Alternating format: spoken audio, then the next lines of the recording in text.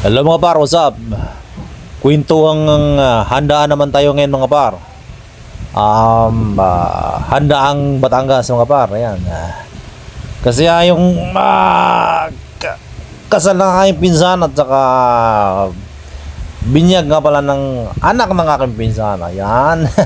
So yan mga par, hindi ko na pinakita yung pagkakayat ng ulam.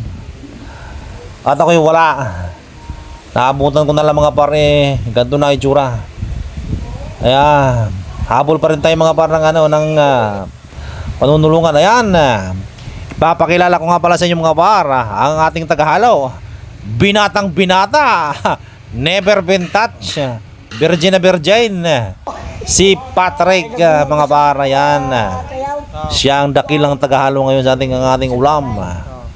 At ang ating master chef, pakikilala ko sa inyo mga par, ang aking napaka-boging kumpare na si paring Ganay Isa Ganay Perez mga par. Kung gusto nyo quality, si paring Ganay na yan. Ayan. As usual mga par, timpla-timpla ng ulam.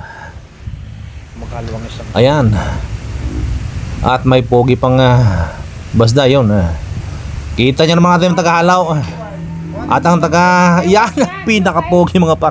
Wala nang pag-uusapan tayo. Ayan may tsura, may tindig, may bitaw. Tingnan nyo naman mga par. Grabe yun.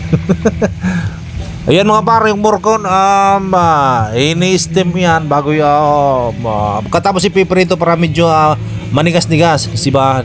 Sino ka naman ang ayaw ng matigas mga par? Yan mga par, as usual, halo-halo ng mga sibuyas, bawang, gayon. Napakapogi mga par ngayon ng ating mga manunulungan. Dito lang yan mga par, sa Barangay Kalansayan, San Jose, Batangas. Ayan. Kita nyo naman, parang sinisimula na. Makikita nyo ngayon mga par, ang ating manunulungan ngayon, may tsura, may tindig, may mga bitaw. Di ba? Ayan mga par, napakasarap sa bahaw mga parang tsura na rin. Ayan, itsurang ulam na mga par.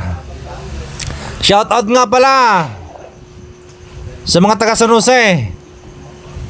Yun lang, San Jose, Batangas mga par, shout out sa inyo lahat. Lalong-lalo na sa Barangay Kalansayan, si Chuy Baba.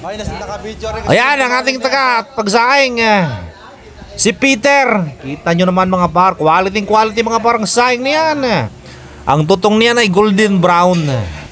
Walang yan. Kita nyo naman mga par, may tsura. May bitaw din yan mga par. So mga par, pagkatapos ng yung sinaing, lalagay sa lagayan niya. Tapos lalagay naman natin mga par sa styro. Para yan mga par, yan ang teknik na yan. Para ini 24 hours mga par, yung kanin mainit pa. Kaya paghayin mo dun sa mainit-init mga par, di ba? Mas maganda yung ang hayin natin sa handaan, medyo mainit-init na. Sino ka naman ang gusto ng malamig? Kahit yung pagsasama mga pare, ayaw natin ng malamig mga par, gusto natin mainit, di ka? So yan. Ano na pinagsasabi ko? Ito mga par, yung ulam, ayan, din mo. Bali lang po tayo nga pala luto natin ngayon par, parang nasa 4 lang mga par, pero isang tulyasik puno mga par yan. Kita mo naman sa gagaling maghalo ng mga manunulungan. Tama itsura ng adobong Batangas, yan. Itsura pa lang parang ang sarap na. Parang yung mga nagluluto ang sasarap. Ay putsiraw. Ganun uli ganun uli mga parang style ng ating yung ulam. Lalagay sa isang lagayan, ayan, tapos ilalagay sa styro. At yan mga pare, garantisado. 24 hours mga par. Hindi mapapanis yan. Mainit pa habang nasa styro mga par. Hanggang dyan lang mga par ang video mga par. Hanggang dito na lang mga par. Love you, ingat mga par. Yan ay ready na para bukas. Punta kayo mga par. Kasi tapos na. Late video lang ito mga par. Bye bye, love you, ingat mga par.